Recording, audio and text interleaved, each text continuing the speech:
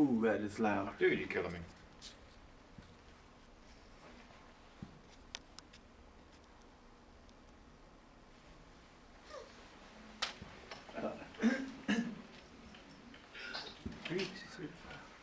Oh, one second.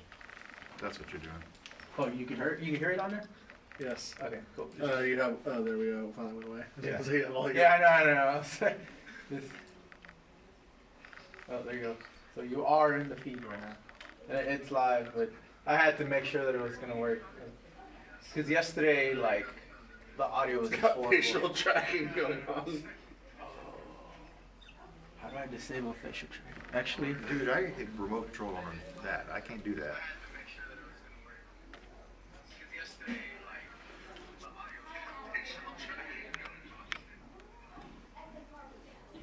four.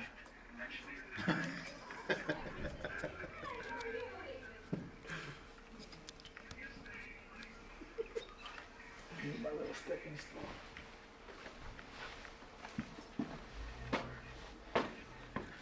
I still can't see. I feel sorry for whoever's watching that. Well, There's somebody watching? Oh, it's you. It's me. There's two. One is, I'm assuming one is my computer.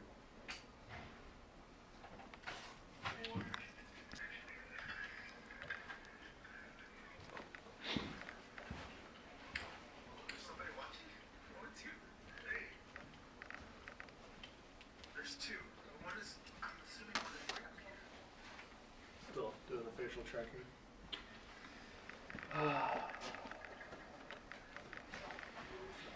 Let's see. Yes. Info. Focus.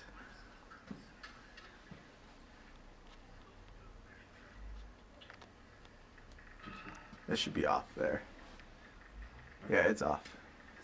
Are you sure? Yeah, I don't see here anymore, so. Also, you're watching. We can see the screen settings that you're doing. Yeah, well, Change the I mean, camera. that's the thing. Canon doesn't do that. Nikon does that. There we go. Yourself, man. I need you to delete that because people must see me being goofy.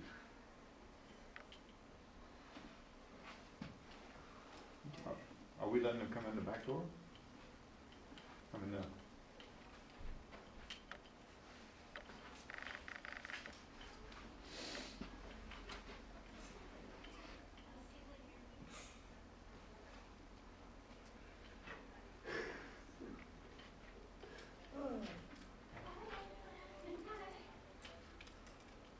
I'm glad the capture card's working.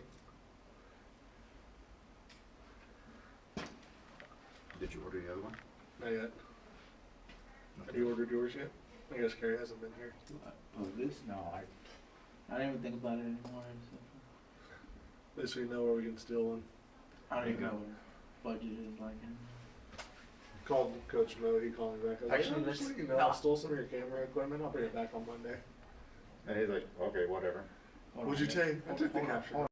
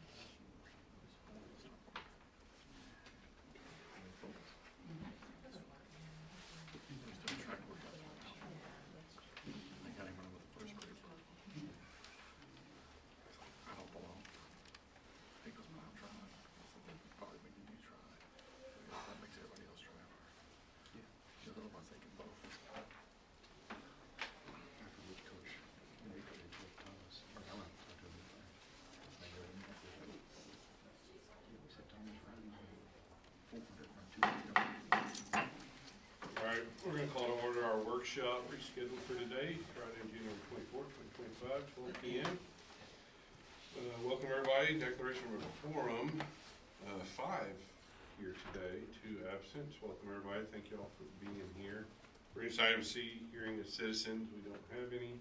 We're into item D, we're gonna open up our public hearing to receive a presentation related to the CSISD Texas Academic Performance Report paper for the 23-24 school year.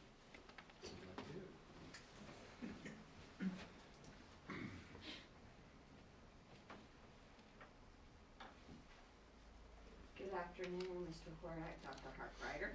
I'm here to update us with our public hearing for the Texas Academic Performance Report for the 23-24 school year, so the last school year. This taper report contains details for the district and our campuses on our academic performance, financial reports, staff programs, as well as demographics. There's a lot included in this report. We'll start with the district performance of our state of Texas assessment and academic readiness, the STAR performance, our attendance rates, dropout and graduation information, as well as college readiness, including those CCMR indicators will be part of it. We'll include our district profile, which is your student information, their demographics, staff information, as well as program information. There is also additional compiled information as part of this report, including some PEAMS financial reports, our accreditation status, which we are an accredited district, our campus performance and objectives, the special education determination, which we meet requirements, report on violent or criminal incidents, student performance on post-secondary institutions, as well as we'll refer to our house book results. Excuse me. So the main components of this taper report are STAR, our post-secondary readiness, student and staff demographics, as well as publicly shared information. So we're going to begin with our STAR results. This is an overall look at it since we broke it down earlier in the year. This is our grades 3 through 8 reading. State is in blue, College Station ISD is in red. You'll see across the board grades 3 through 8 are above the state. This is all at the approaches passing level. Then we have grades 3 through 8 math. Once again, state is in blue, College Station ISD is in red. Remember, for our 7th grade, we have an advanced program, fast track in College Station ISD. For 7th grade math, the majority of our students are taking above grade level math and not on grade level math. Grades 5 and 8 science and grade 8 social studies, once again, the state in blue, College Station ISD in red. Once again above the state. And then we move to our end of course assessments. These are taken as they finish up that high school course. Again, the state in blue, College Station in red, and again, we succeed the state.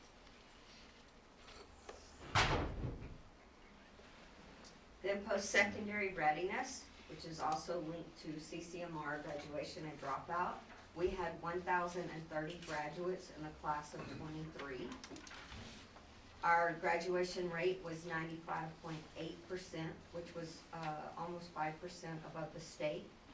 Annual dropout, we look at the other way, 2.8. We went a low percentage. We were at 2.8 while the state was at 6.3.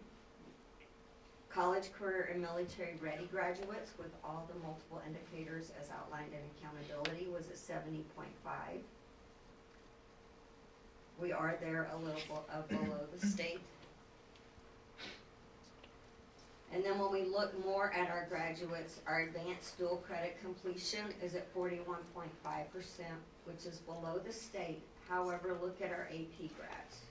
We have 30.7% of our graduates that have participated in advanced placement courses, where the state is only 20%. The next category is college-ready graduates. Now, this focuses on their SAT, ACT, and TSI performance as college-ready graduates, and we were above the state at 60.2. And then they pull out just TSI criteria graduates, and that was at 56.9, well above the state. We highlight our advanced placement program. We usually get an additional award as a district for our advanced placement exams. Across all of our subjects, 30.7% of our 11th and 12th graders graduate having participated in an AP exam, while the state's only at 24%. Then by subject, I broke down the participation rates, pretty similar across our 4 core subjects. The biggest highlight for me and that I want to point out for this district is our AP performance. Out of all of our students who take AP exams, 81.5% of our students meet the criteria. The state's at 53, we're well above the state, and those students who not only take the AP exam, but meet the criteria. Then we look at SAT, ACT participation. For our ACT, SAT, we're at 67.6, where the state is higher. We have our students register. We do not do school-wide days. We're state. Usually we have a lot of districts that provide a school-wide day. 61% have met that criteria, well above the state. Our average SAT score is 1132, above the state. And our ACT is at 24.5, well above the state. Then we break it down to staff and students, who is inside our multiple campuses. As of snapshot October of 23, we have 14,319 students. Our attendance rate for 22-23, because it lags a year, was 94.9%, again above the state. This is the breakdown of those 14,000 plus students by race, ethnicity.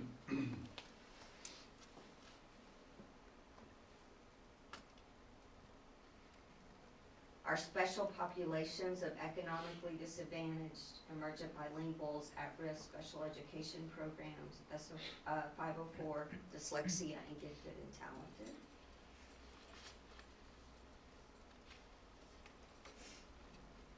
And then we move to staff. For 23-24, we have 2,101 employees, and that breakdown is shown here, where 48% of those are teachers.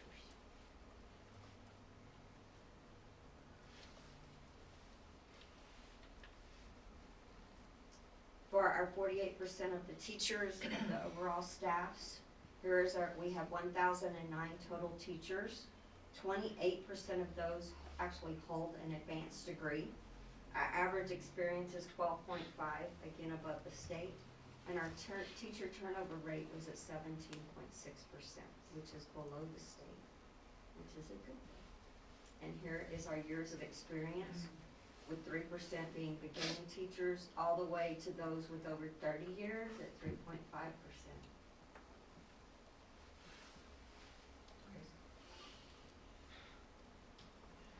And then all of this report is online and available, as well as multiple other pieces of the report. So now I'll open it for any public comment or questions. Out of curiosity, why don't we do a SAT day, district-wide? When we are tracking CCMR and the SAT, ACT, so many of our students have already met that college entrance criteria that the counselors work with those individual students to offer them the opportunity, and they provide it very much so. They have a lot of students with TSI. Great. Anything else? No, just that there's a lot to be proud there, and I, obviously, we've said this many, many times, I mean, we do in almost, really, almost every metric, outperform the state. We're premier school district in the state is what it shows. But we've also said here though too, I mean, I certainly believe, and I hear from others as well, that we still have our we still wanna be even better than that, right? And still continue to grow all of our students, so, yes, you know, it's not just comparing to the state, right? It's tracking year to year, are we getting better, and, those are important things too. Always another way to track and look at data and see how we can get better. Yeah, and I love that this is available for everybody to see. It's the state, you know.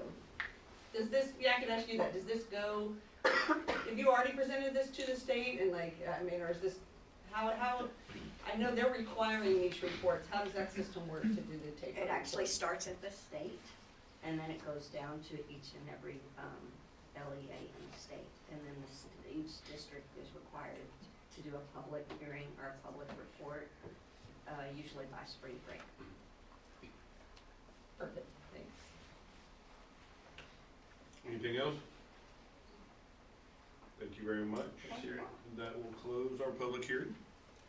Brings us to item E, attendance update. Ms. Wilson.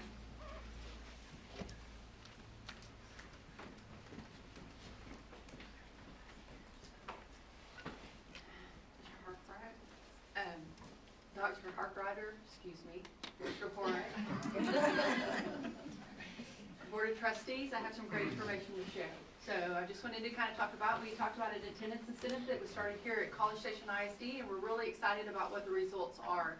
The reason for doing this again is just to get those kids back in class that we lost from the pandemic. We know that we're still down below what we had previous, and we also know that when we have kids in school, they learn better, they achieve better, they test better, and it's just better for our community. Another thing is, yes, we are funded on ADA versus enrollment, and there is big numbers associated with that, with kids being in school and getting that additional funding. Because we staff based on enrollment, and we get paid first on attendance. This is kind of what it looks like when a kid misses a day of school. So you can kind of look at that. If they've missed 2 days a month, they've missed 20 days in a year, 12% of instruction. And that is 17 hours of math, 34 hours of reading and writing, and a year and a half of education by the time they graduate from high school. So it's very important to get those kids in school. And I think our principals have done an amazing job of working around that, rallying their staff, and getting the parents knowledge to get them back in class. So this is kind of what we're looking at. We were at 94.9 at the end of last fiscal year. We're at 95.3 this year. And yes, I did the math on that. If you look at our current students and you take them at 95.3%, that does add up to about $385,000 in additional funding for our school district. So it is big money. We do know that we've got to kind of keep that push and rally because to the end, because sometimes when the sun comes back out and it gets warm and we're not taking snow days, kids want to stay at home. So we want to make sure that we keep that percentage up and our kids are staying in school. So this is kind of what it looks like, because when we worked with our principals this semester and kind of taken a look at, I do want to point out this information, but then I also want to celebrate our secondary campuses. If you look at last year's information and you look at a grade level, that's the percentage of attendance per grade level. So you can kind of see when our seniors get up here and they get a little senioritis, their attendance drops down a little bit. And then we do, and we're hearing back from those elementary principals of just ways to incentivize those early ed and pre-K students to come to class. And sometimes those parents think of that more of a daycare versus education. And so we've got to get those kids in our classrooms.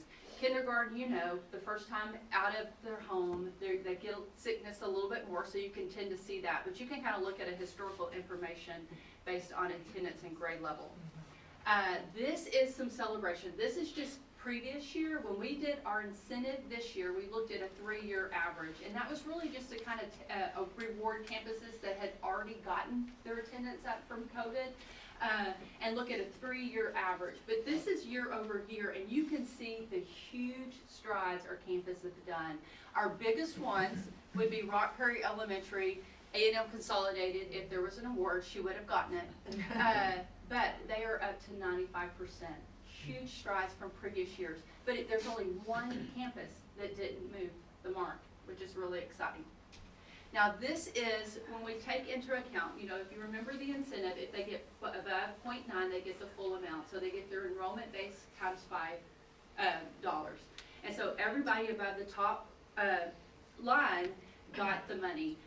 College Station, if you look at the 3 years history, they have grown the most over here. And then same thing, Rock Prairie shows up as well. So you can kind of look at everybody above the line of getting the full percentage, the full $5. Anybody between the line are getting a $1 to $4, okay? But great growth here. So you can kind of look at the starting point, everybody above grew. This is what it looks like on a payout basis. We're going to be giving $34,900 back to our campuses, and it's huge dollars. If they continue this process, you remember we have an additional multiplier. If the district can meet their rate, and then they can continue to keep their attendance rate, we're going to multiply this amount by 5. And so they can see as much as 10,000, 50,000 going to high school campus to utilize for programs and growing students. So it's big dollars. Does anybody have any questions? All right, thank you. Thank you. E2 cell phone survey results. All right, Mr. Horak, members of the board, I have results from our recent student cell phone use survey. This is part of a conversation that the district has been having for some time. As you are aware, the district for a little over 10 years has a bring your own device policy, which allows students to bring personal devices, including smartphones, to help aid instruction.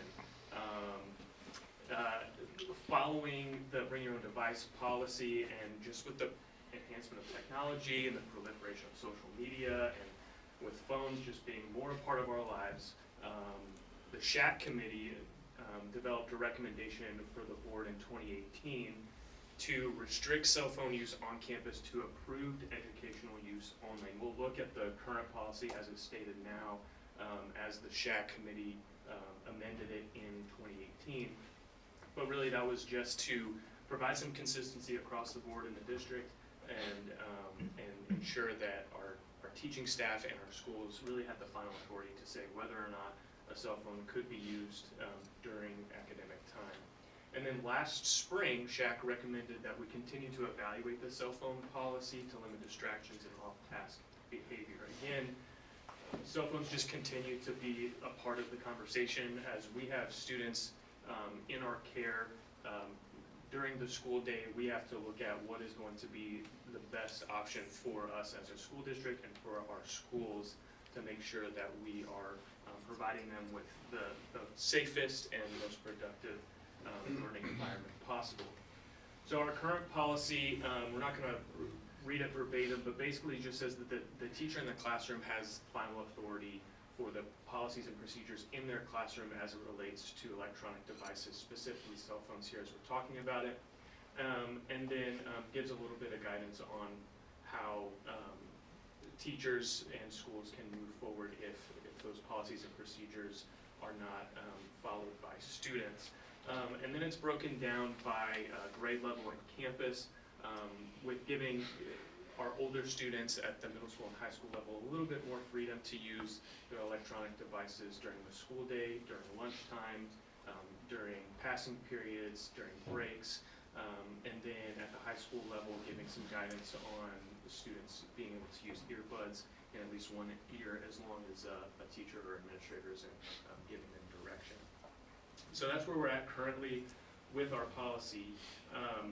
And really our next step to continue to evaluate it, kind of taking that recommendation from SHAC to look at it, was to get some community feedback, and so that's why we disseminated that survey. So we provided the survey during the month of December for intermediate through high school students, staff, and parents and guardians to give us some feedback. We also, throughout the fall semester, had the opportunity to get in front of some staff members through the Teacher Advisory Council and DEIC to talk a little bit about some of the implications of cell phones in the classroom, what they're seeing on a day-to-day basis, get some direct feedback, provide us with some information that maybe we're not seeing on a day-to-day basis that they are. We'll talk a little bit about that as it came out in the results. So here they are. Here we'll start off with just who filled out the survey, who completed. We had about 4,400 of our community members respond to the survey completely, with the majority of those being parents and guardians. And then our students, our next highest population, and staff. A little over half of the folks who filled out the survey were associated with the high school, and then the other 2 quarters intermediate and middle school. Looking here at our demographics, we'll talk about parents and staff first, and then we'll talk about students and why that graph looks the way that it is. But our pretty similar results and outcomes for our parents and staff filling out this survey matches the aggregate data that we had on this first slide. Close to half are associated with high school, the other 2 quarters intermediate and middle school. You'll notice that our intermediate students overwhelmingly filled out that survey, and admittedly that's because we had one specific campus fill out. It seems like almost every single student on that campus filled it out, so props to that campus that did that. But it does give us some good insight into maybe that particular campus and how students are using that at the 5th and 6th grade level. So we're kind of taking that caveat as we roll through some of these surveys and really looking at the staff and the parent data as we're moving through this. So we asked 5 questions and allowed folks to provide some comments, and we'll look at some of those. But the first question we asked really kind of goes back to the idea of bring your own device to school and that being an aid for learning.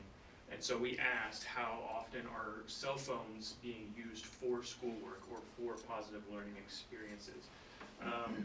And you'll notice of the students that filled out the survey, they're saying that they're not using it or they're rarely using it for schoolwork.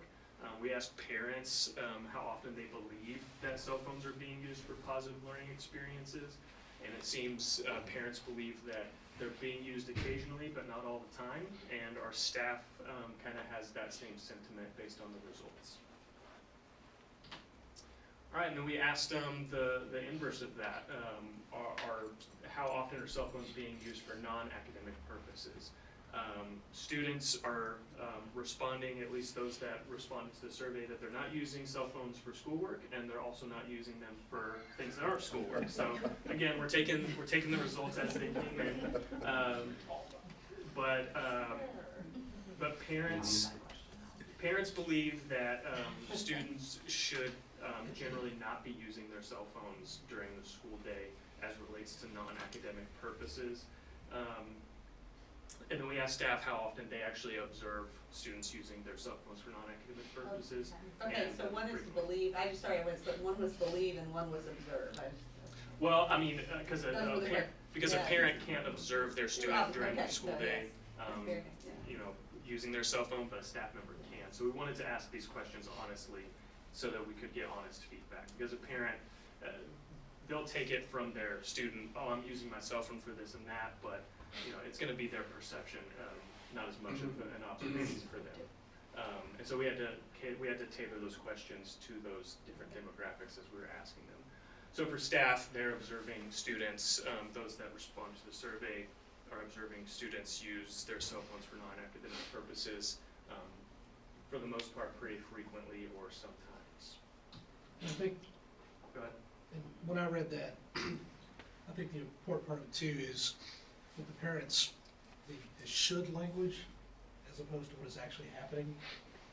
Yes. That's different too. So.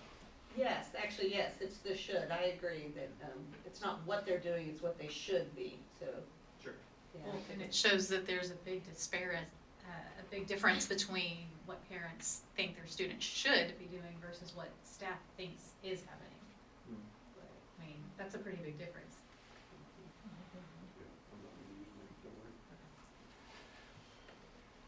All right, we asked about social interactions because this question really kind of came out of some conversations that we had with parents in our coffee chat sessions, as well as asking staff members kind of what they feel like their biggest concerns are, and so we wanted to ask about how they're noticing students behaving in relation to cell phone use.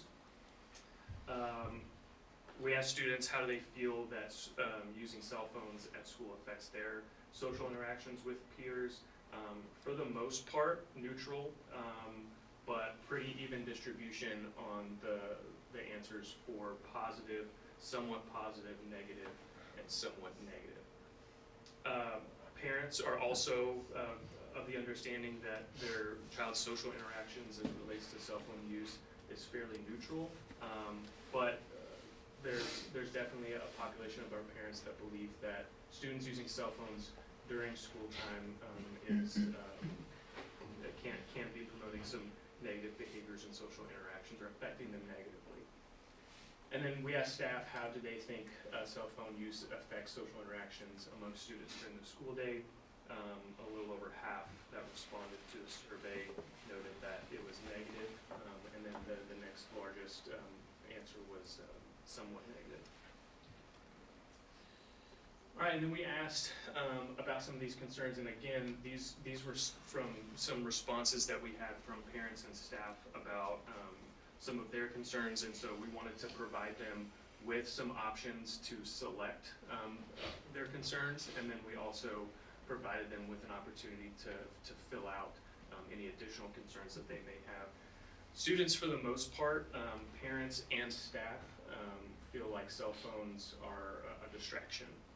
Their main concern was that cell phones can be distracting, and then the distribution for students between cyberbullying and screen time was fairly similar, and screen time for staff and parents was also a concern.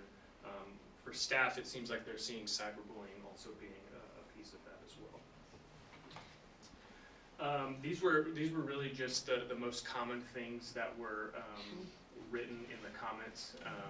Students had concerns about cell phones allowing other students or themselves to be able to cheat on schoolwork, getting them in trouble, and then across the board for students, staff, and parents, decreased social interaction was mentioned quite a bit.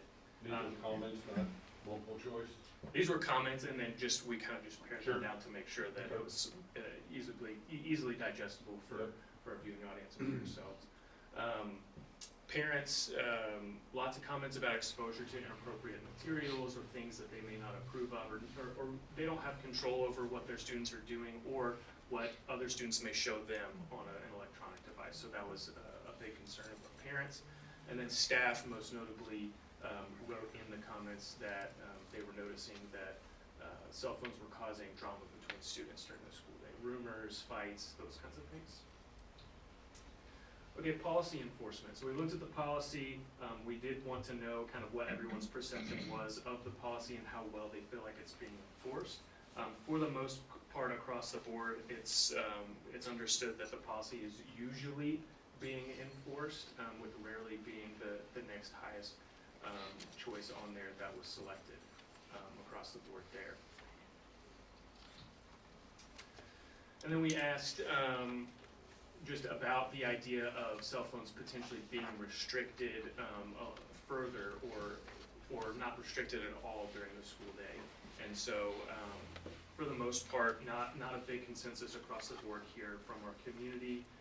Students and parents both align with how the current policy is currently written, as far as allowing students to be able to use their cell phones during the day, bring them to school, have them for academic purposes, and then as the policy allows, as it's written in the handbook, for those designated break times, like for lunch, passing periods before and after school, those kinds of things. Staff were the only ones that highlighted that full restrictions would be supported, with a little less than half of the staff members that responded to the survey noting that there.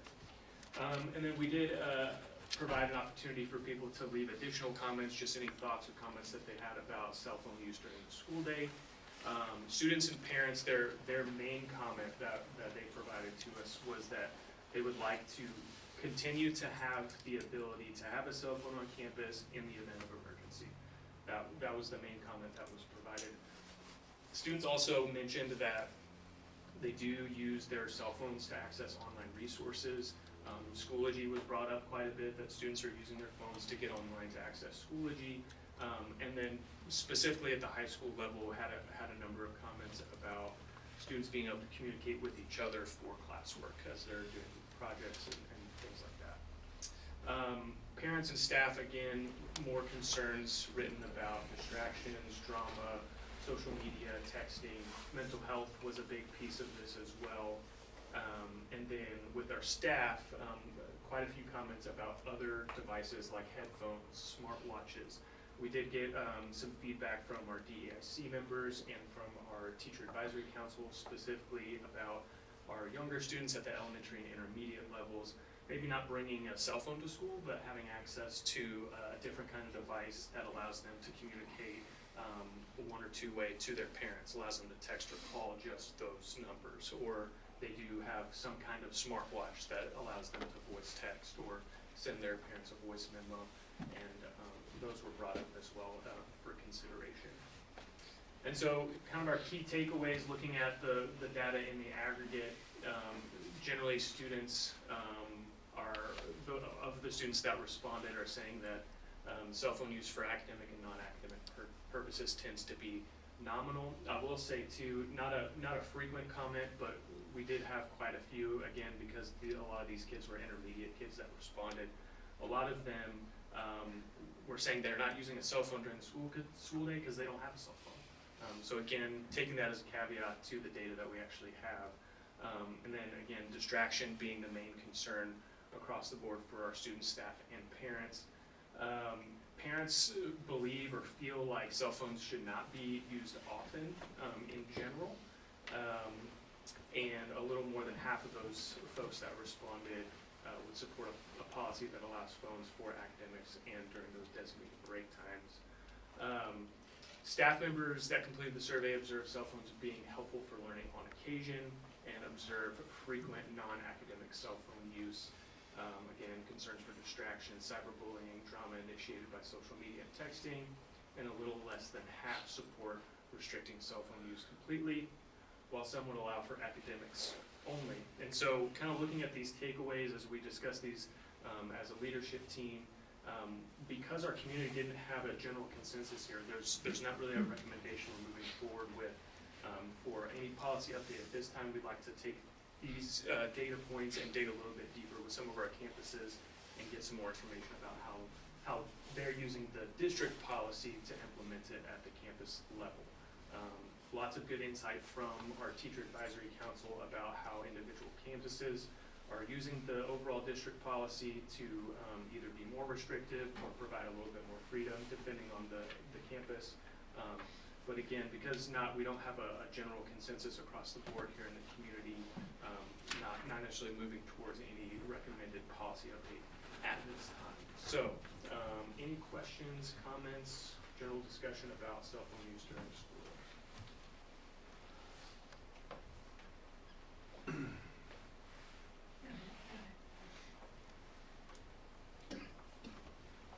I'm not sure I formulated a specific question, but because there's a lot to take in, I am very glad we did the survey and try to address because there are a lot of people on both sides of this issue. We've probably heard from some of them. I'm also glad you point out that it's unfortunate we didn't have more high school students respond. It's almost like the student part, we really do have to take with a grain of salt for many reasons, but also because there was just some intermediate, and that's a different population. I mean, to me, the things that stand out is that all of them love this. It's distracting, and I think, I mean, I know it's distracting. I have a cell phone, right, and so try everywhere.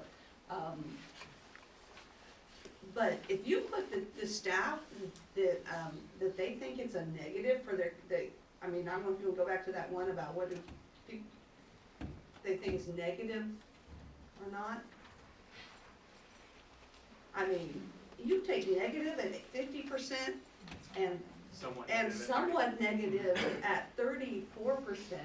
How do you think cell phone use affects social interactions among students during the school day? I mean, that is huge to me. And so in my mind, that's kind of the big picture question is how, because I think I would agree with that.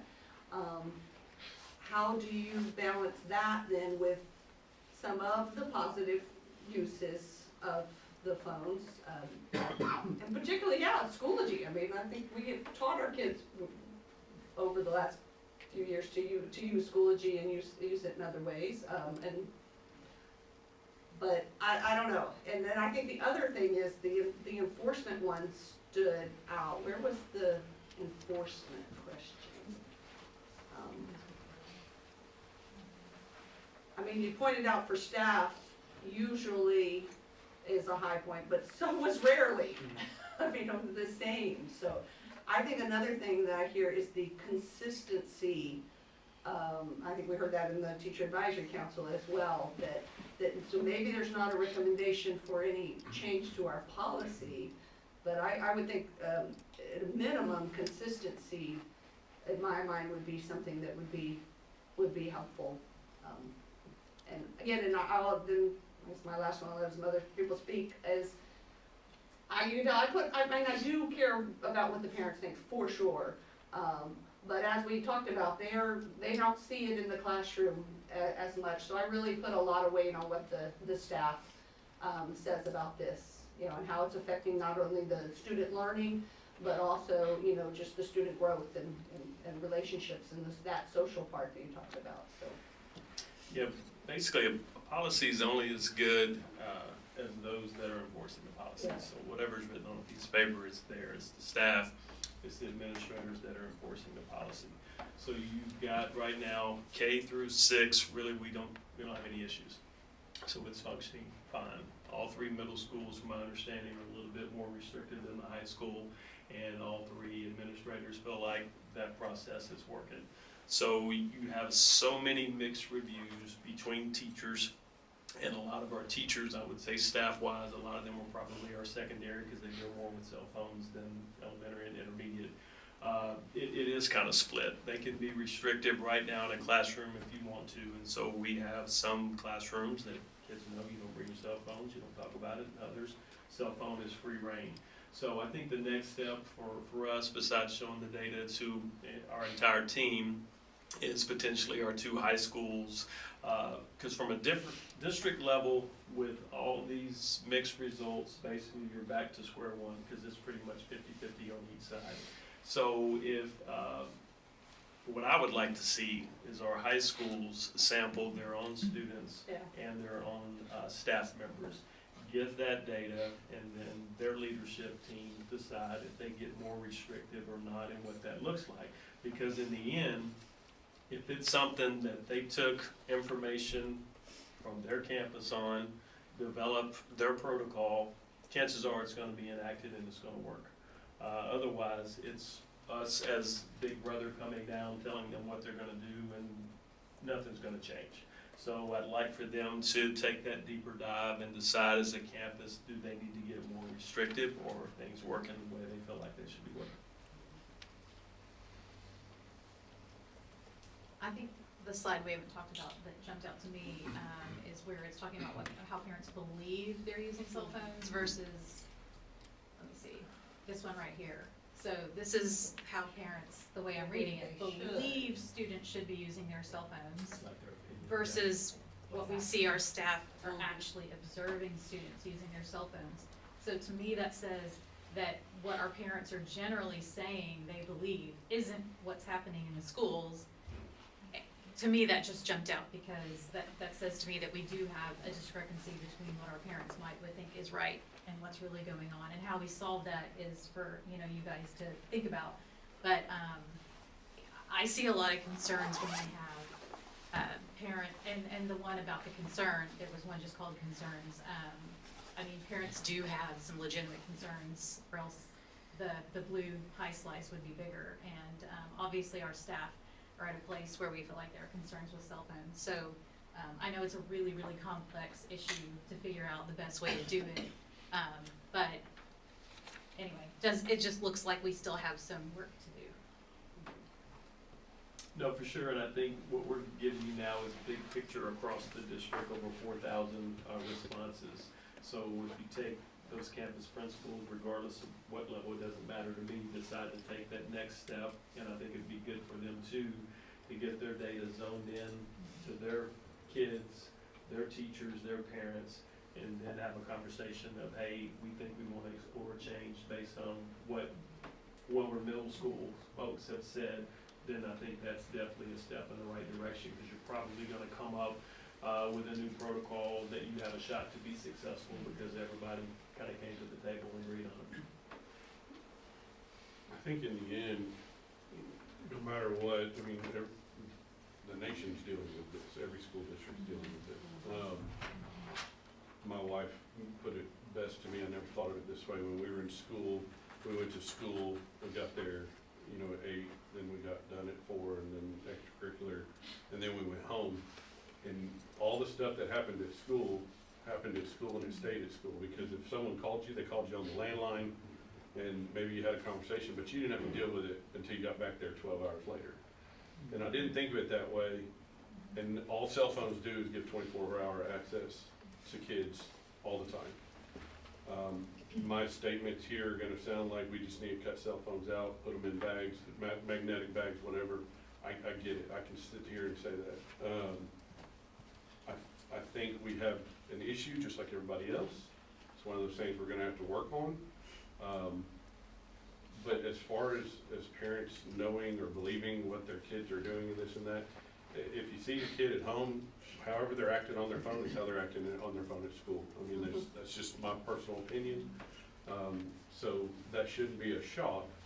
But at the same time, what our staff is seeing on that blue right there with frequently at 67.1, I don't disagree with that. I can probably guarantee it. And it's weird, because on our policy, also if you can go back to that first slide, we put this in the teacher's hands, and that's the struggle, and I get it. And I don't want them to have to do any more work than they're already doing, but the unfortunate piece, and flip to the next one, I'm sorry. Electronic devices are allowed for acceptable educational use before school, during lunch, and after school, so long as you use the device. Do not interrupt the educational environment. The piece on this policy right here, acceptable educational use. I promise you, before school, during lunch, and after school, they ain't doing anything educational on that phone. I mean, that's just where we're at, and that's fine. At this point, there's only so much we can do, like Tim said. Big brother, we can only go so far at this point.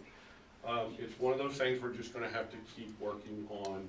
I love polling your high schools individually, seeing what each campus looks like. This is a big 20,000, 30,000 viewpoint, I get it. But you bring it down to campus level, I think we can get some info, that's very good feedback, and we can adjust accordingly, so that makes sense. And my biggest concern moving forward, you know, is kind of like our legislative priorities that you guys adopted, that we wanted more local control. So our biggest concern moving forward is there's multiple bills that have been introduced at the legislative level. None have been heard yet, but within the next 4 to 5 weeks they will be. And so there's been some threats from the Commissioner of Ed that cell phones will be restricted. That concerns me from a standpoint of now there's Big Brother coming down, and we're having to institute potentially a new law with cell phones that we don't feel like fits our community. And so that's when that becomes problematic of what that's going to look like. But we're not going to borrow trouble. We'll see what happens. It won't change our approach and what we want to do moving forward with some additional surveys to kind of dial in some results. Are there other similar districts our size that have implemented like full restrictions? Like, do we have any of that data? Or I think some went into play this year, so it might be worth looking at to see if they had success. Yeah, we have just anecdotal information from districts around the state.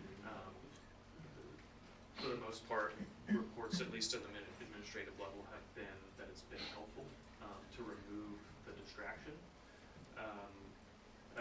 Again, here in our community, I think the results kind of show that the idea of having a cell phone at the school is helpful, especially for our older kids when they're involved in extracurriculars or they need to get in touch with their parents. I think that's a fact of our world today, and I think that the results here show that.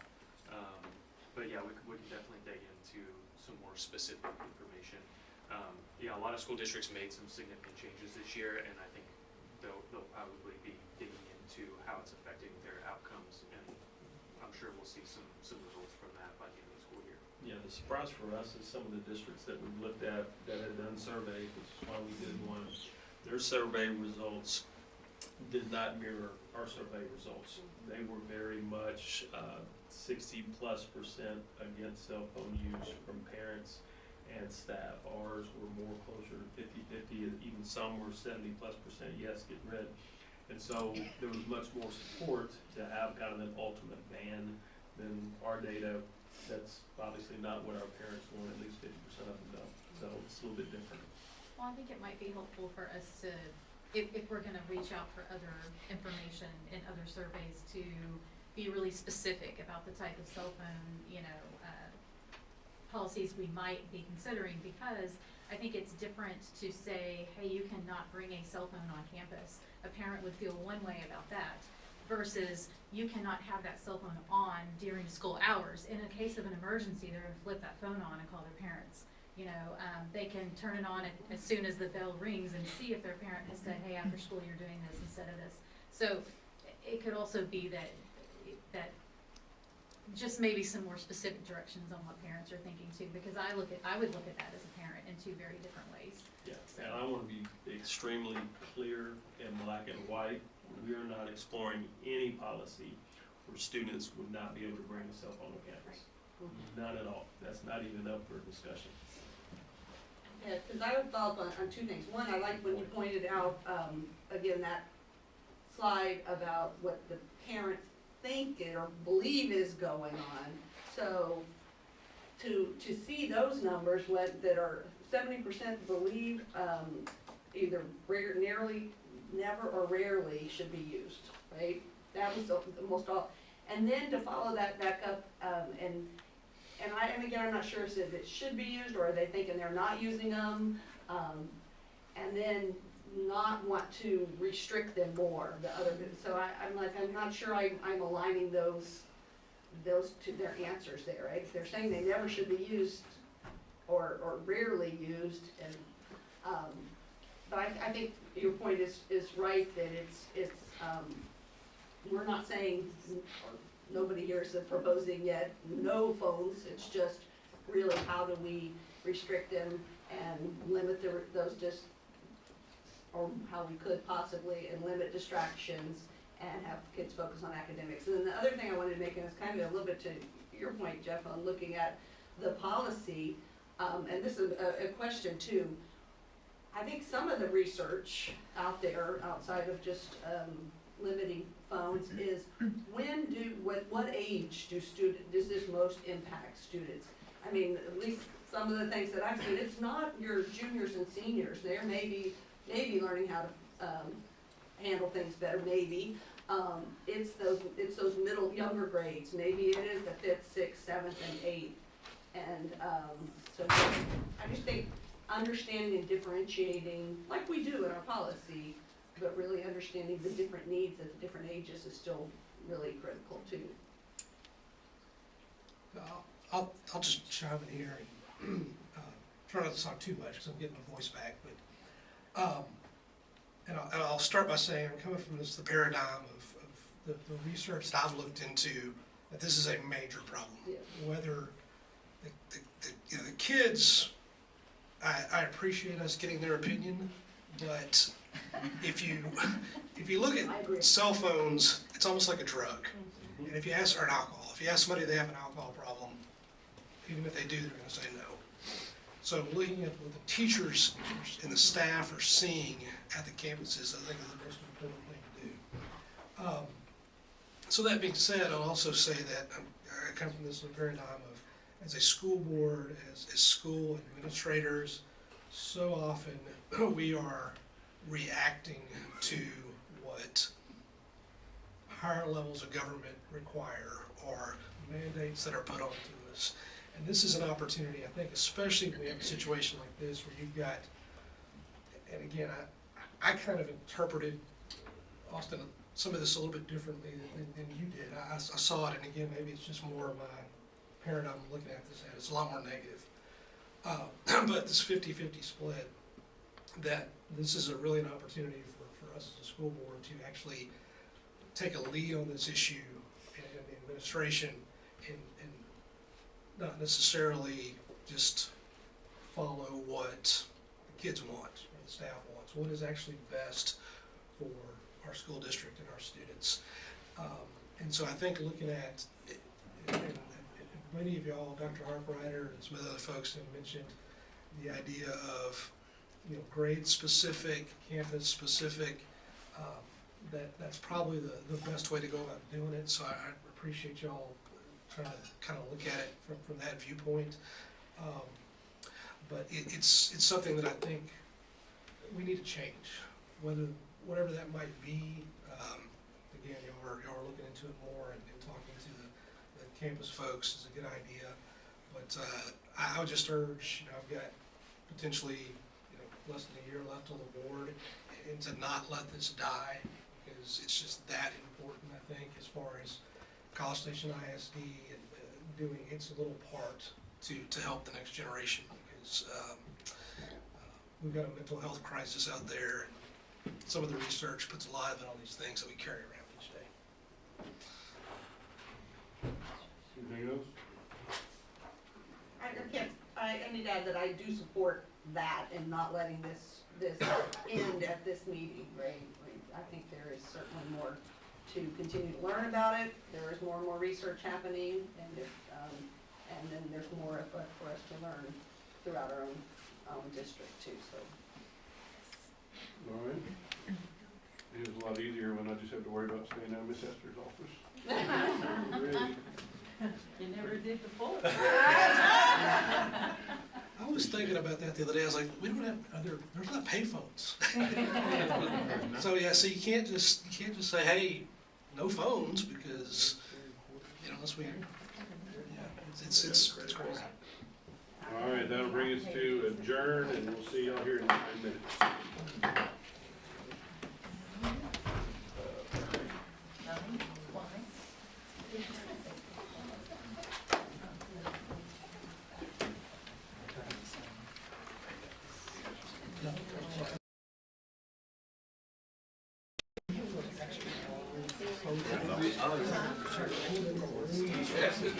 Pulling under my door. Okay, sound okay?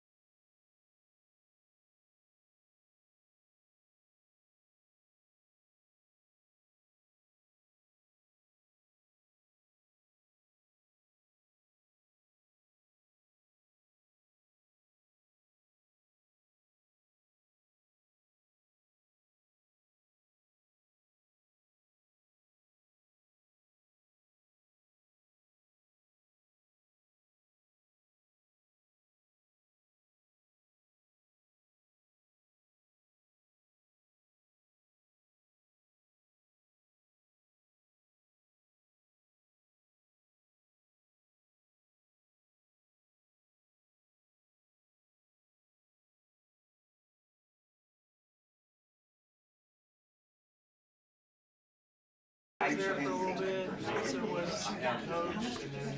coach, and then I don't want to be like Jamie texted me.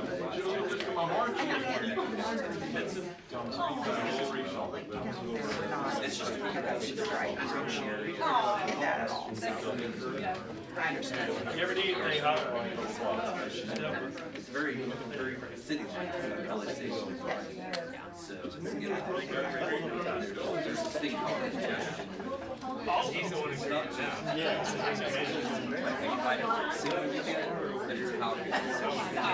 I mean, Yeah, like you go side there over there, you get it's congestion, so it's So I ran that too. no, yeah, I'll take each of these.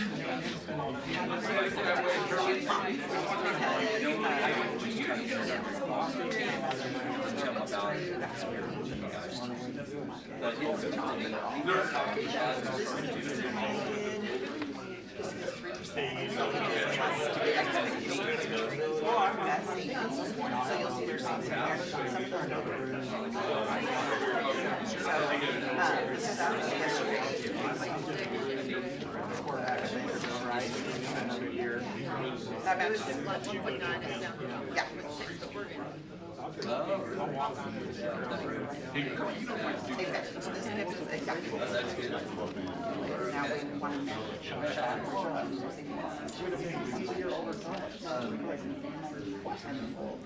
So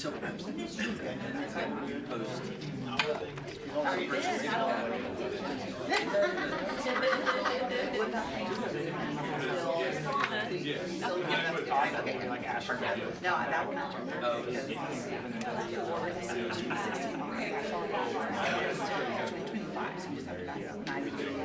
And so that gets us to, yes, we're able to do security price, make those, or make pricing, whatever.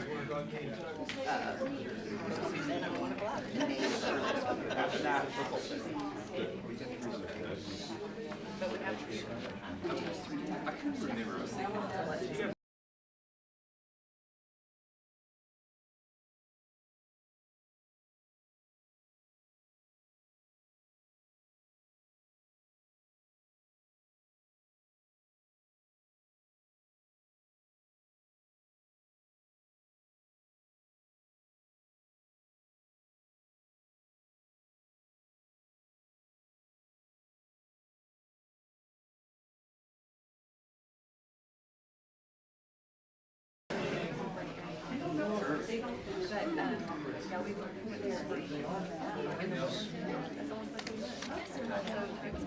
Oh, don't forget to school.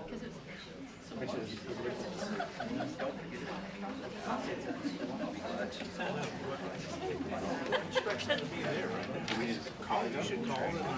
Yeah, call it. What are the priorities?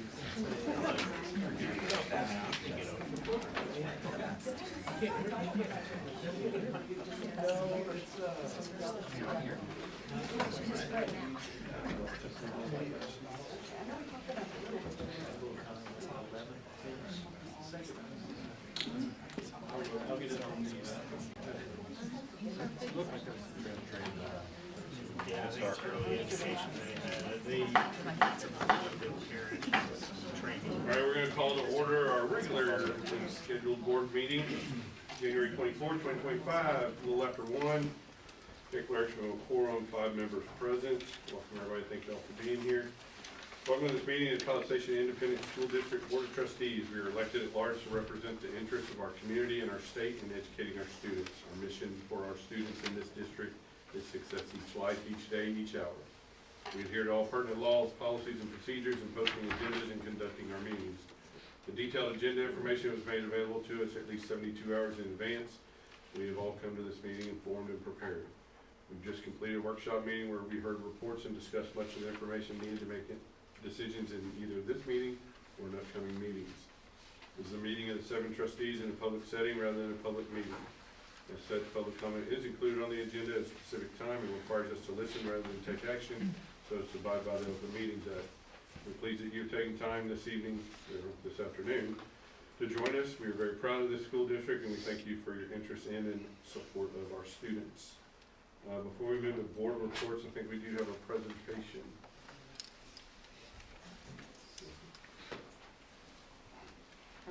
Up there.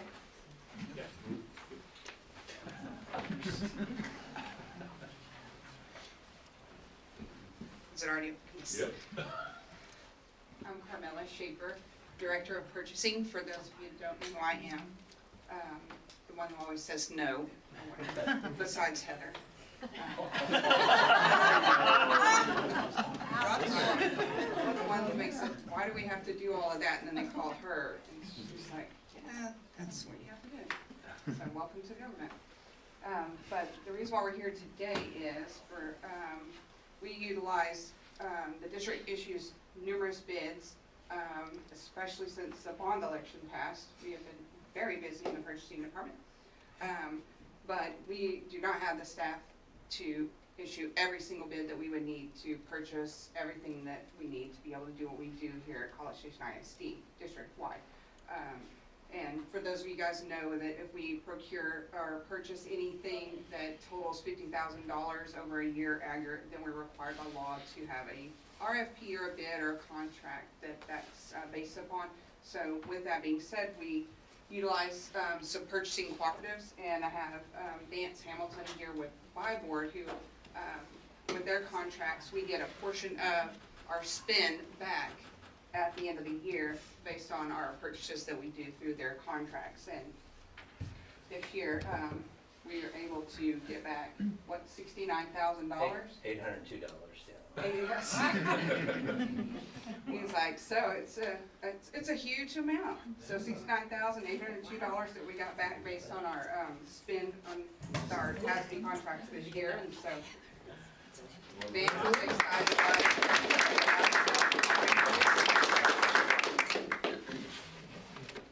Don't zoom in. Thank you. Yeah, real quickly, good afternoon, and we just want to say from TASB, we appreciate what you guys do as a board and administrators, everything else. You know, it's a humbling job, and we know that. So for you, Dr. Harker-Ryder, and President Horak, and the rest of the board, we appreciate what you guys do. And one of the things that, one of the sayings that we kind of throw around at TASB every once in a while, and I think it's grown on me, makes more sense, but for administrators and others, professionals in this business like Carmela, is we try to do things to help districts save both time and money and to lessen the burden of government. So as you mentioned government a while ago, we know it can be a little cumbersome. So whatever we can do to do that. And as a purchasing cooperative, that certainly meets those standards with saving time and money, with not having to go out for a bid.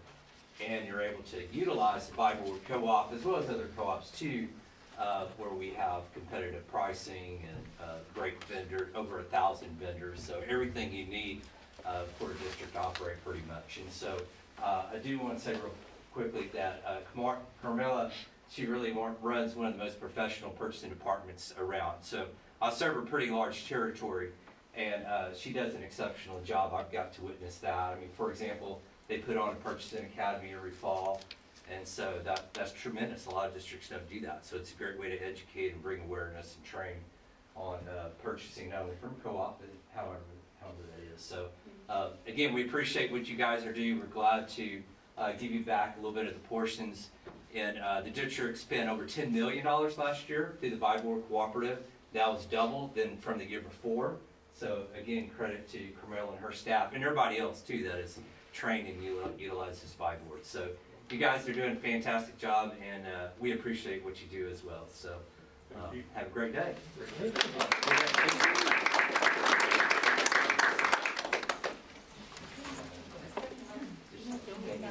Thanks so much.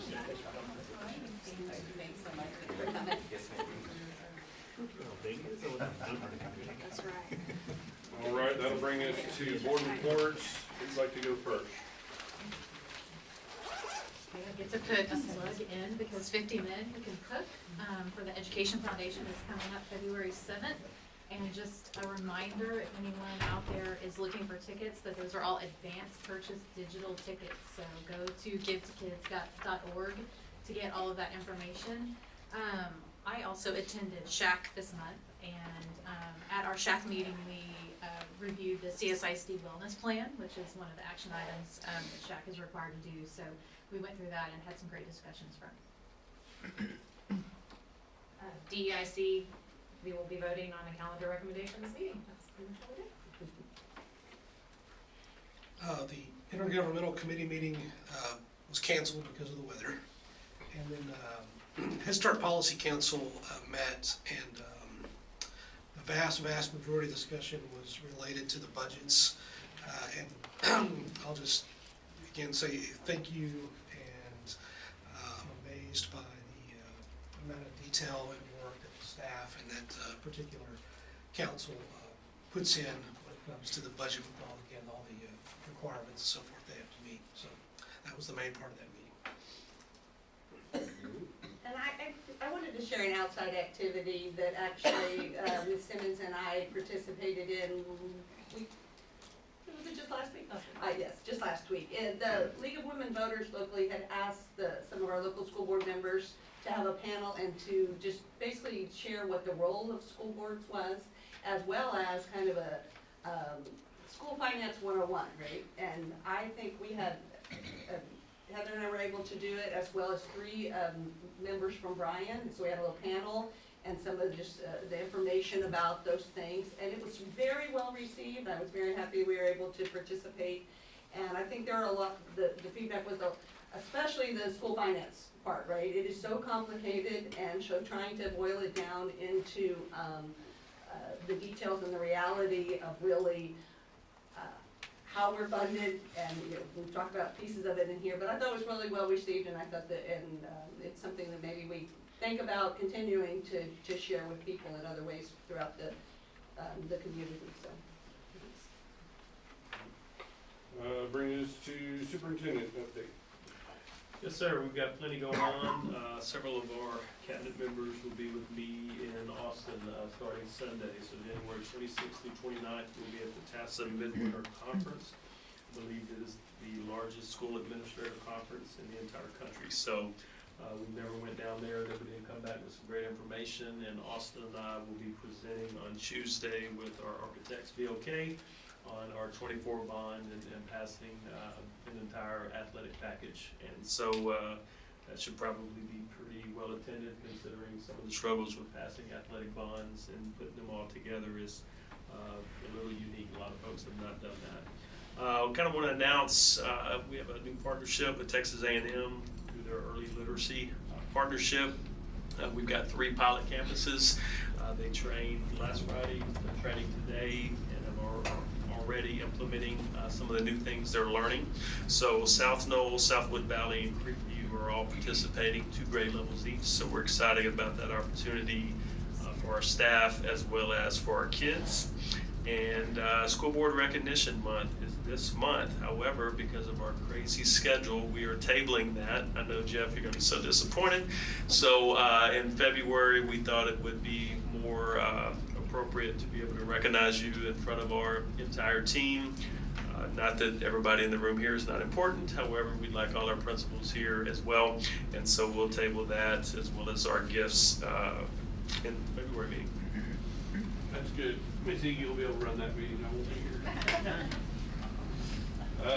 Item D, hearing of citizens. I don't believe we had anybody sign up. That brings us to item E, consent agenda. Those items are item F, I2 through I8, J6.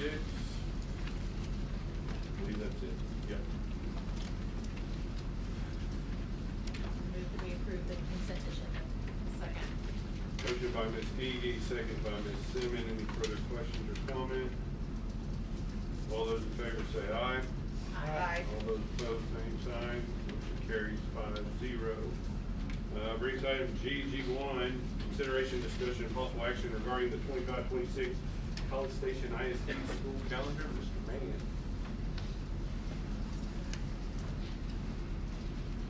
Good afternoon, everybody. It is my pleasure to come and talk with you about our school calendar process. This is quite the event, but it's good to get it to this point. Just as a reminder, this is kind of the process that we go through at DEIC. Is we pretty much all fall. This is a big topic of conversation.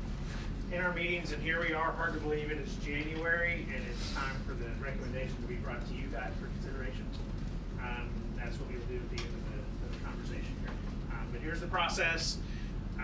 After the last board meeting, we emailed out to the stakeholders, Austin pushed things out, also put them on social media. And we had our survey posted on our district website, starting the day after the board meeting, all the way through January 3rd. And then I got to look at all the responses for several consecutive days to get it ready for the DEIC meeting that was on the 8th. And,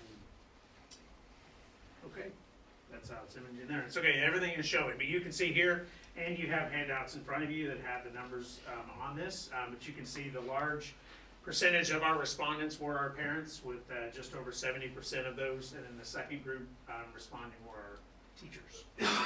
We also had some students, and then we classify our other CSISD staff as any other staff member in any other position that's not a classroom teacher in there. And then we had some community members that do not have students in the district that participate.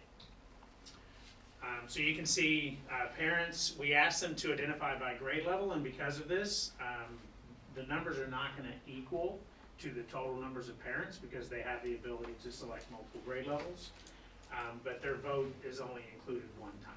But we have for several years looked at the different grade level participation rates by the parents, and so you can see here of the 1943 parents that participated, you can see overall the selection of calendar 00 over NN. And you can see how that's reflected at the different grade levels as far as participation rates that were identified and which calendar was preferred at each one of the grade levels by parents. And we look at students. We did not have nearly as many students participate as they did in the cell phone survey, apparently. But we did have some students participate. And you can see that they are surprisingly the opposite of their parents, right? Of the ones that participated, because the students, their preference was calendar NN instead of 00. And you can see that the majority of the respondents were of high school age, and then into the middle school, and then K through 6 were the least responding students. And then our teachers, we had just over 400 teachers participate in the survey. And so you can see that as far as teachers go, their pick was for calendar NN, but it's a pretty small margin. And if you look at each of the grade level breakdowns, you can see it's a very small margin if you get into the actual details of the numbers, just like less than 10 in a couple of them. They're really close to each other. And so a lot of just personal preference as a teacher or a parent is what comes into play for the final decisions by a lot of them.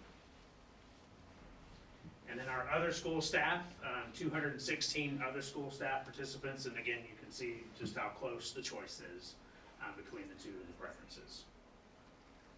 And then our community members, you can see here the community members, there were more of them that have 00 versus NN. And this one, in all of these, there were small numbers of folks that started the surveys but did not complete them. So that's why if you're looking at the numbers, 12 and 21 don't equal 35, it equals 33 because 2 people didn't complete the survey.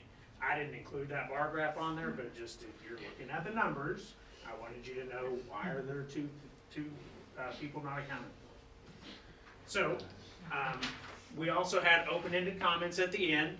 There were 397 total open-ended comments, and so this equates to just over 15% of our total participation rates felt the desire to leave a comment. And so you can see, again, these numbers won't add up exactly to 397 because our teachers and our parents can identify multiple categories. So some of those will overlap, but the comments appear under both categories. So if you're a teacher and a parent, you could be in both categories, but the comment only is included once, just so that you can see that. But we did have several open-ended comments that we took into consideration as DEIC. And at the end of the day, the results of all the stakeholders looking at it, as you can see on the right, a very close margin of calendar 00 with 52.1% of the votes versus 47.9% of the votes. And that's kind of how we broke out. Parents had a strong perspective on one, and then teachers had not as strong, but they had more of a perspective on calendar NN. and then the rest of them are pretty close in the margins. And even the teacher margin's pretty close. High school picked one calendar and K through 8 picked the other. And so it's really pretty dead even between the two. And with specifics to calendar 00, you can see the major holidays, fall break, spring break, they do align with A&M schedule. It's 187 instructional staff work days, 174 instructional days, that's where students are in class. And this accounts for our required minutes that we have in there. And then you can see the breakdown by fall with 84 instructional days versus spring, 90 instructional days. We typically have had a few more days in the spring than the fall because this also, not only does this end us before the winter break for the fall semester, but it also accounts for the state testing that occurs in the spring. 93 contract days for employees in the fall and 94 contract days in the spring. 7 PD days and 2 teacher work days in the fall, and 3 PD days and 1 teacher work day in the spring, and then 16 holiday dates in the fall semester and 10 holiday dates in the spring semester. So with that, I will take any questions that you have. It is the recommendation of DEIC that the board consider a calendar 00 for the 2025-2026 school year. I move to accept as presented. Second. Motion by Mr. Ben, second by Ms. Simmons. Any further comment or questions? I will note that January 20th, 2026, I'll put an asterisk. That's the day after Martin Luther King Day week. Missed school 2 years ago. So that might be another day. That's what we have minutes for. I know, so that might be another day. Always tell me not to do things. I'm just telling you. I think teachers enjoyed the Tuesday part, go ahead. President Rory, I would like just to add real quick that, because I had several comments, not several, but a few, asking why we, as a school district, are more, I think creative was one of the words that was used as far as the calendar. And I would just like to remind folks that for better or worse, we are, because of our location, tied so much to A&M and to Bryan ISD and so forth as far as calendaring. And so you mentioned that a couple times in your presentation. So that's one of the issues that we have to deal with. All those in favor say aye. Aye. All those opposed, same sign. Motion carries 5-0. Thank you, Mr. Main. That'll bring us to H1, consideration of adoption of non-business days for calendar year 2025 for Texas Public Information Act calendar. Sure, I'm gonna pull up this calendar for you here really quick so you can see what we're talking about. So last year was the first year that we adopted an additional calendar following our academic calendar, and this is specifically for the communications department as we fulfill public information requests as they come through our office. And so the government code allows us to designate 10 additional days outside of the days that are designated by the state, which are state national holidays and weekends. And so we usually will put those within our spring break, Thanksgiving break, and winter break, mainly because our staff is off and it's difficult for us to fulfill those requests in those time periods. And so the recommendation here is to approve the resolution that was attached in the memo to establish non-business days pursuant to the Texas Public Information Act. Questions?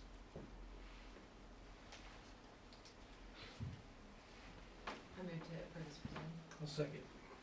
Motion by Ms. Simmons, second by Mr. Ben. Any further questions or comments? All those in favor say aye. Aye. All those opposed, same sign. Motion carries 5-0. Item H2, we are going to table that, and we'll address that at a later board meeting. Business item I1, consider an order authorizing issuance of unlimited tax school building and refunding bonds, appointing a pricing officer and delegating to the pricing officer the authority to approve the sale of bonds, establishing certain parameters for the approval of such matters, levying an annual ad valorem tax for the payment of the bonds, enacting other provisions relating to the subject. Ms. Wilson. Thank you, Mr. Hart. Dr. Hartreiter, Board of Trustees, thank you for giving me this opportunity to present. As you know, back in July, we sold 98 million of our bond program for the 23 bond projects as well as the 24 bond projects. So the 24 bond projects, we've already sold all those bonds. And so what we're wanting to do today is really kind of two priorities. The first, as you know, we have been moving fast with Mr. Buckner and Mr. Samak. We've been moving fast on our bond projects, which is a blessing to the school district because, as you know, the faster you go, the more money you typically save due to inflation. We sold 38.8 of Proposition A back in July. We're bringing 138 million, thank you. We're bringing 150 million of Proposition A back to the board, as well as 7 million, 945 million of Proposition B back to the board. That's really our first priority, is our new money that we would like to bring in order to. The second one is really some refunding of 2014, 15, and 16 bonds. With the refunding, there is a parameter around that. We have to have at least a 3% savings. Right now it's running about 3.22%. With the 3.22%, you're saving anywhere between $1.9 million to $2 million savings. It's going to fluctuate a little bit. If we were to save the 3, it's saving about $1,645,000 to the school district. That equates to about $169,000 a year in savings, which can kind of help us. I want to bring up the fact that with the bond programs, we told our voters that we would not increase tax rate more than 2 pennies. We were at 1.3 cent increase. We feel like with these next bond sales, we'll be able to hold that number, and so I think that's another thing that you would probably want to know. We do have Michelle Aragon here. She is our financial advisor for our school district. If there's any questions that you would like to address to her, she'd be more than happy to help us out. Are there any questions or concerns? If there are no questions or concerns, it's an administrative recommendation that the College Station ISD Board of Trustees approve the adoption as an order authorizing the issuance of unlimited tax school building bonds and refunding bonds, appointing a pricing officer and delegating to the pricing officer the authority to approve the sale of the bonds, establishing certain parameters for the approval of such matters, levying an annual ad valorem tax for the payment of the bonds, and enacting other provisions related to the subject.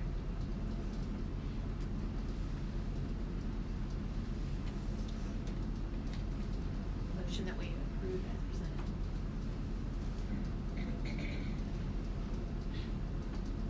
I second. Motion by Ms. Hebe, second by Ms. McAdams. Any further questions or comments?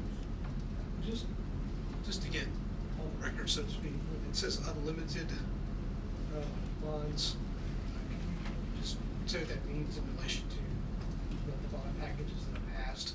We're not, for the public out there, we're not approving new bonds or anything like that, right?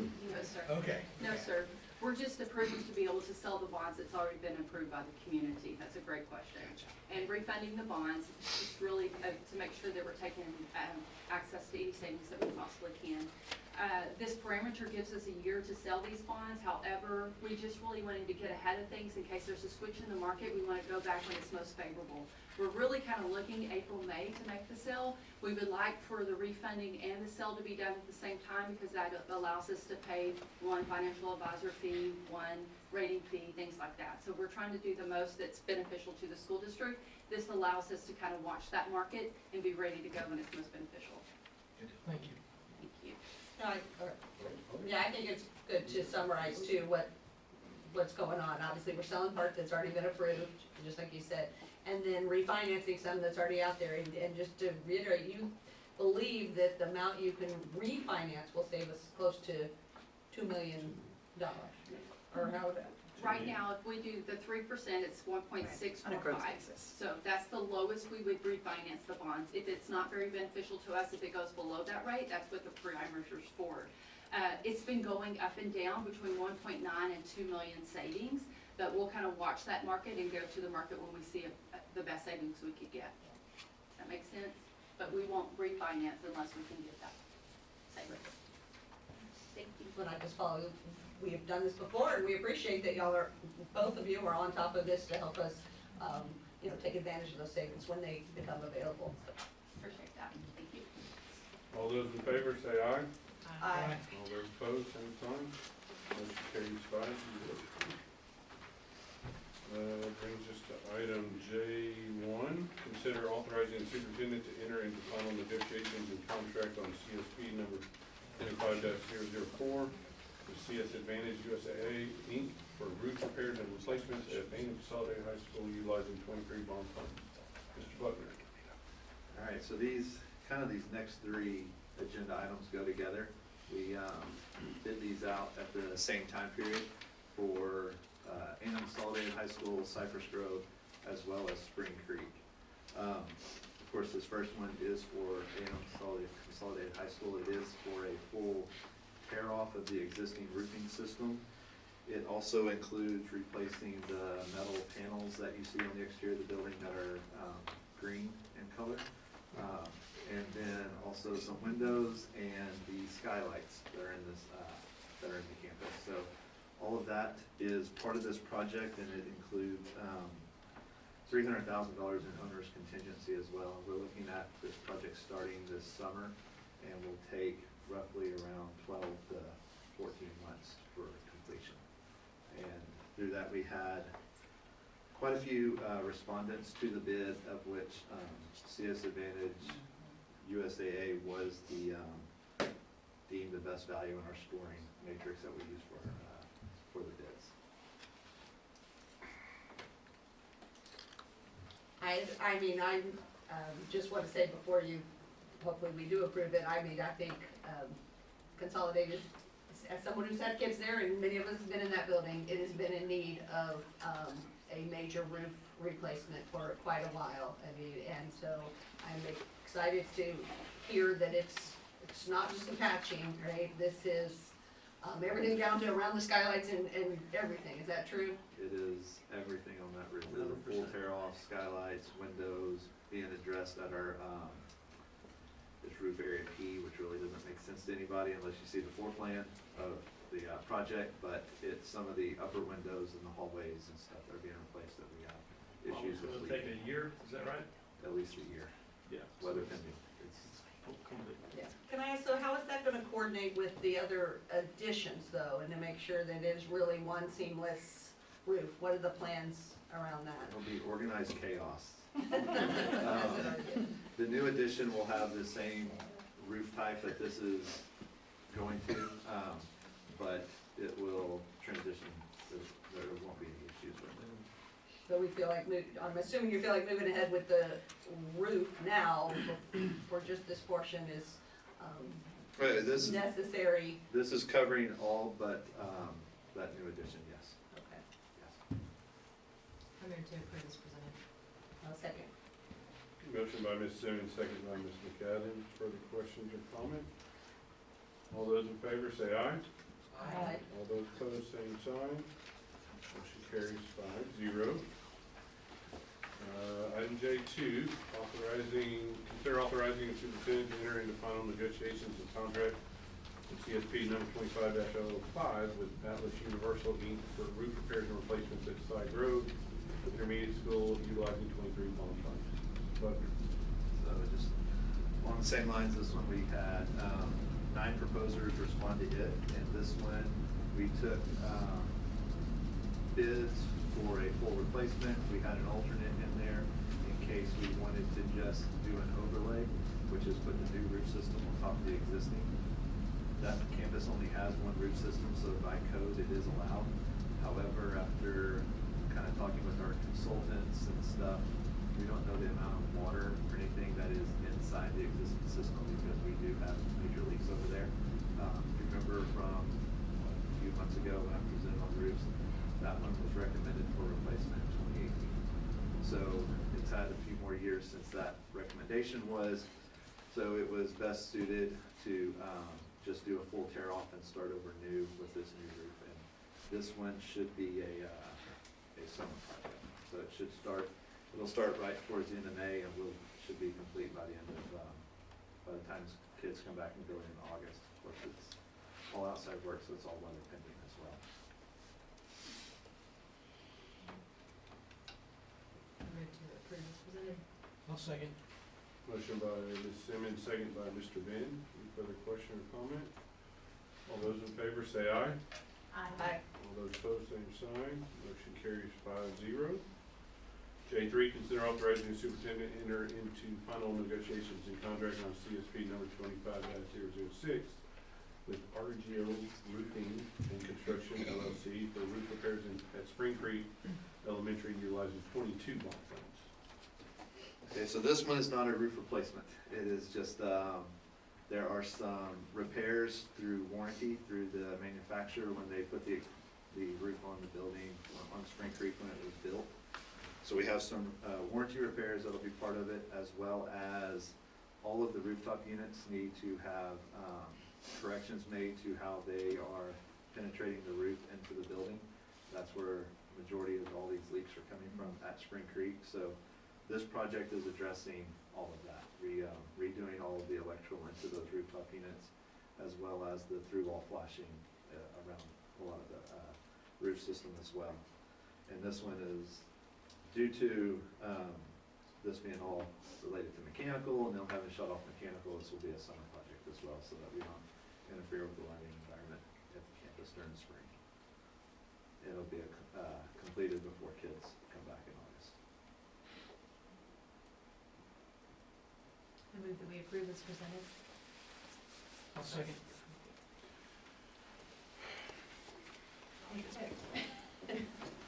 Motion by Ms. Iggy, second by Mr. Ben. All those, any further question or comment? All those in favor say aye. All those opposed, same sign. Motion carries 5-0. J4, consider approval of a contract for the purchase and installation of video scoreboards at Ainham Consolidated High School Tiger Stadium and College Station High School Cougar Stadium based on OMNIA contract number 08-38 utilizing 24 bond funds. So out of the roofs now. The bond that passed in May of '24 for athletics, part of that was replacing the scoreboards at College Station High School, Cougar Stadium, and Consolidated High School Tiger Stadium with digital video boards. We met with numerous vendors on this, and after getting proposals and working through their numbers, their warranties, their software systems that they use, and how those best align with the district and our goals, it was decided to recommend digital scoreboards for the replacement of these video boards. It is a 35 by 26 size board, so it will be a large screen on the end of these. And this system as well, they use a monopole system, which is typical of what you see on the interstates as you see the billboards. So it will allow us to more center the scoreboards, especially here at Tiger Stadium, and take up less real estate in the end. But we feel confident in their boards and their warranty and their product and their software system that we've had other districts tell us that they've had 4- and 5-year-olds be able to operate it. So it's a very simple system, easy to understand and navigate through. But we'll get, we'll have a very good product at the end of it. And that is going to start as soon as we can, really, with getting all the coordination scheduled and stuff.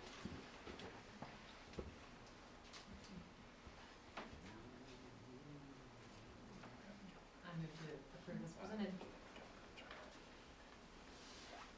Second. Motion by Ms. Simmons, second by Ms. Iggy. Any further comment or questions? Did you say when this should be completed? I'm sorry. It'll be complete by this summer. Okay. Wonderful. All those in favor say aye. Aye. All those opposed, same sign. Motion carries 5-0. One other thing besides the scoreboard, that also comes with new sound systems at the stadiums as well. So. Consider approval of a contract for the purchase and installation of LED lights at the baseball and softball fields for Ainham Consolidated High School and College Station High School Symmetry Sports Construction based on TIPS contract number 240104-01, utilizing 24 bond funds. So this is another one of the projects from the athletics bond in May of '24 is to replace the field lighting for baseball, softball at both high schools. We did get proposals from a couple of entities, one of those being Symmetry Sports, and after evaluating those and looking at them with warranties and the cost of the systems and everything, it's recommended to go with Symmetry Sports Construction to change the lighting from the traditional field lighting to LED lighting. What you see at both of the high school and football stadiums. This project we are going to navigate through schedules, and we are hopeful we can have that lighting changed out before district play starts for each of those 4 sports. As a baseball parent, I can happily move to approve as presented. I'll second. Motion by Ms. Simmons, second by Ms. Edie. Any further question or comment? All those in favor say aye. Aye. All those opposed, same sign. Motion carries 5-0. That will bring us to executive session, and we will be back.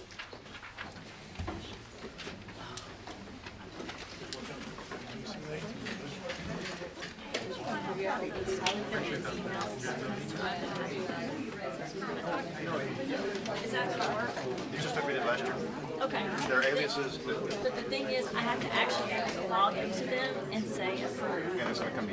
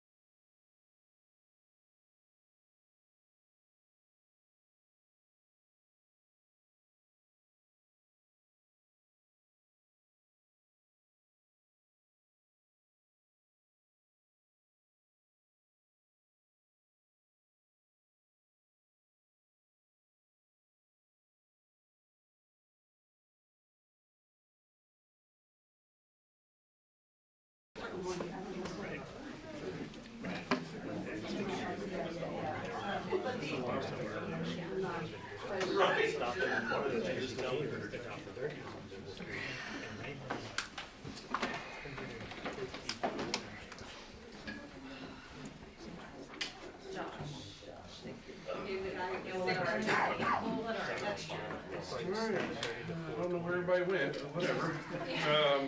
Oh, come on, chopped liver? Y'all just talking shop back there. Y'all can do that in any office in this building. I know, I feel it, I feel it. Back to L1, open session. Consider and take possible action in matter style student versus CSISD, docket number 027-SE-0924.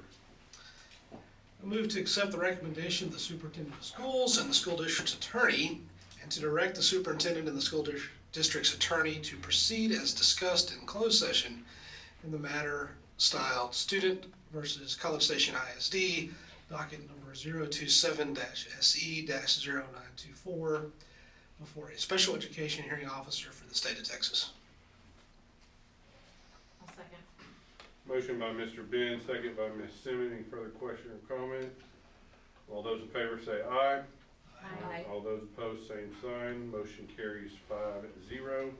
Next item, adjournment. Thank y'all for being here. An adjustment.